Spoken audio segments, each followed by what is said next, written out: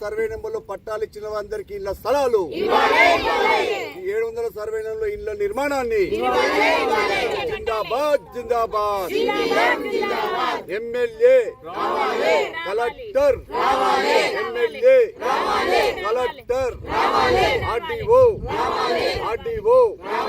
ఇవ్వాలి. 700 సర్వే నెంబర్లో ఇళ్ల నిర్మాణాన్ని ఇవ్వాలి. 700 సర్వే నెంబర్ ఇళ్ల పట్టాలను, ఇళ్ల స్థలాలను జిందాబాద్ జిందాబాద్. ప్రాణాలైనా అర్పిస్తాం, ప్రాణాలైనా అర్పిద్దాం, ప్రాణాలైనా అర్పిద్దాం.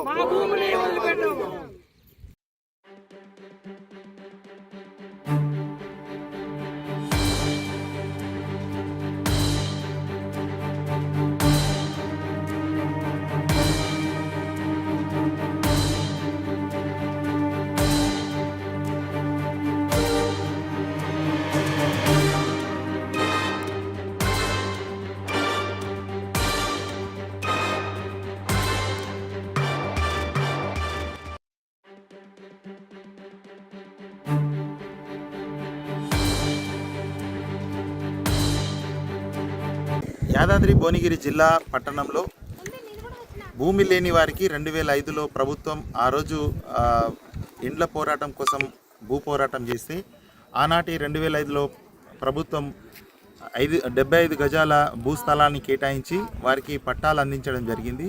కానీ 20 సంవత్సరాలు అవుతున్నా కూడా వారికి భూమి కేటాయించకపోవడంతో వారు అధికారులందరినీ విజ్ఞప్తి చేసినా కూడా భూమి కేటాయించకపోవడంతో నిన్న అన్ని గుడిసెలు వేయడం జరిగింది ఇక్కడ.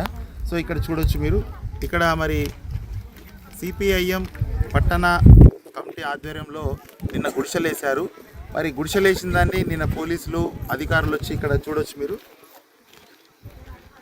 ఆ గుడిసెలన్నీ తగలబెట్టి వారు చేస్తున్న దీక్షని భగ్నం చేసే ప్రయత్నం చేస్తూ ఉన్నారు. ఇలా చూడొచ్చు మీరు. 105 మందికి పట్టాలు ఇచ్చిన ఈ ల్యాండ్లో, ప్రభుత్వ ల్యాండ్లో మరి అక్రమంగా మట్టి తరలిస్తూ ఉన్నారు. ఈ ల్యాండ్ను కూడా మరి అమ్మేస్తూ ఉన్నారని చెప్పేసి ఇక్కడ కేటాయించిన లబ్ధిదారులు వాపోతున్నారు. ఒకసారి వారిని అడిగి తెలుసుకుందాం. 2005లో పట్టా ఇచ్చి ఇప్పటివరకు మరి భూమి కేటాయించలేదు, ఇళ్ల స్థలాన్ని కేటాయించలేని ఒక బాధితురాలు ఉన్నారు. ఒకసారి వారిని అడిగి తెలుసుకుందాం. నమస్తే అమ్మా. నమస్తే సార్. చెప్పండి అమ్మా. ఏమి లేదు సార్. మీరు ఇక్కడ మరి గుడిసెలు వేయడానికి గల కారణం ఏంటమ్మా? ప్రస్తుతం మా భర్త చనిపోయి మా పేరు రేష్మ, మొహమ్మద్ రేష్మ. మాది పాడినగర్. మాకు అత్తమామ సంపాదించిన ఆస్తులు ఏం లేవు. ఉన్నా కూడా అమ్మి ఆడపిల్లల పెళ్ళిళ్ళు చేసిర్రు. అయితే నా భర్త చనిపోయింది సార్. 3 సంవత్సరాలు నేను తెలుగు వాళ్ళ ఇంట్లోకి రేకుంటా. నా భర్తను నా ఇంటి ముందు వేసుకొని వెళ్ళలేదు సార్. నా ఇంటి ముందు వేసుకొని వెళ్ళలేదు. మా ముస్లిమ్స్ వాళ్ళు అర్థం చేసుకొని మా మర్దింట్లో వేసి నేను గాజులు బలగొట్టొచ్చి నా ఇంట్లో ఉన్నా. అప్పటి నుంచి నేను ధర్నా దిగిన. కనీసం సార్ కేసీఆర్ గెలవడానికి కారణం డబుల్ బెడ్రూమ్ ఆశ చూపించి గెలిచిండు. ఒక మాట మినిమం 10 ఏళ్ళు రాజ్యం వెళ్ళిండు. ఈయనే ఇదొక్కసారి అవకాశం ఇవ్వండి అమ్మ, మీ దండం పెడతా, మీ కాలు మొక్తా అన్నారు. వాస్తవానికి అన్నారా అనలేదా? అన్నారు. సరే ఒక అవకాశం ఇచ్చి చూద్దామని ఇచ్చినాం సార్. డబుల్ బెడ్రూమ్లో సెలెక్ట్ అయినా సార్. నాకు పట్టా ఇవ్వలేదు. అదొకటి. ప్లస్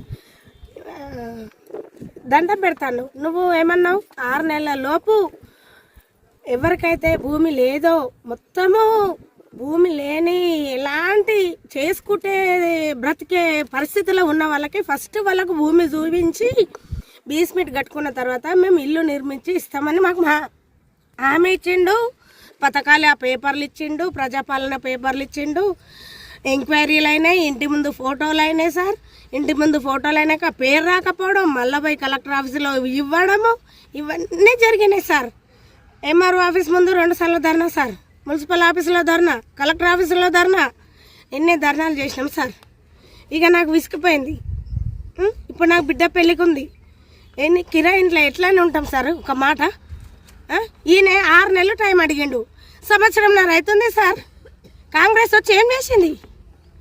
మాకు కావాల్సింది ఇండ్లు, మాకు చూపించండి సార్. మాకు కావాల్సింది భూమి. నాకు ఇల్లు కట్టి, మాకు గరీబులకు ఇల్లు కట్టించి ఇస్తా అన్నారు. మాకు అది ఒక్కటే పోరాడుతున్నాము. వేరే ఏం ఆశిస్తలేము సార్. అలా ఆస్తులు ఆశిస్తలేము మేము, అలా పదవులు ఆశిస్తలేము మేము. మాకు కావాల్సింది ఇల్లు కట్టించి ఇవ్వడం అంతవరకే. వాళ్ళ మీద మాకు కక్ష లేదు, పగ లేదు, ఏం లేదు. మేము పెట్టుకొని మేము సెలెక్ట్ అయ్యి ఉన్న వాళ్ళం సార్. మేము మైనారిటీల కింద. నేను ఒక బిడ్డ ఒక కొడుకు 3,000 కిరాయి సార్. ఒక్కటే రూమ్ సార్, మూడో మనిషి పడుకోవడానికి లేదు. ఒక్కసారి వస్తే కూడా చూపిస్తాను సార్. నేను మూడో మనిషి వస్తే పడుకోవడానికి ఉండదు. అలాంటి ఇంటికి 3,000 కిరాయి కట్టుకుంటా, 8,000 శాలరీలా 3,000 ఇల్లు కిరాయి కట్టుకొని 2 పిల్లలకు తిండేం పెట్టాలి, చదువేం చెప్పించుకోవాలి. మరి మంచి చెడు రోగము నొప్పి ఎన్ని అన్నీ వెళ్తాయి సార్. 4,000 పింఛన్ చేస్తున్నారు సార్, ఇంతవరకు చేయలేదు సార్. ఇంటికి 2,000 ఇస్తాను, ఏది సార్ 5,000. మరొక బాధితురాలు ఉన్నారు, ఒకసారి వారిని అడిగి తెలుసుకుందాం. చెప్పమ్మా. కష్టాలు చాలా పడుతున్నాం సార్. మేము నా మగడు చచ్చిపోయి 30 ఏళ్ళ ముందు కిరాయి కట్టుకుంటున్నా. నా పిల్ల చిన్నగా ఉన్నప్పుడు చచ్చిపోయిండు. మేము కిరాయి ఇళ్ళల్లో పని చేసుకొని ఉపాసం ఉండి కిరాయి కడుతున్నాం. కట్టకుండా ఇంటికి వెళ్ళిపోయింది అంటున్నారు సార్. మా బాధలు ఎవరికి చెప్పుకోవాలి? మా ఇళ్ళకు ఇట్లా వస్తే ఇట్లా గులగొట్టగట్టింది.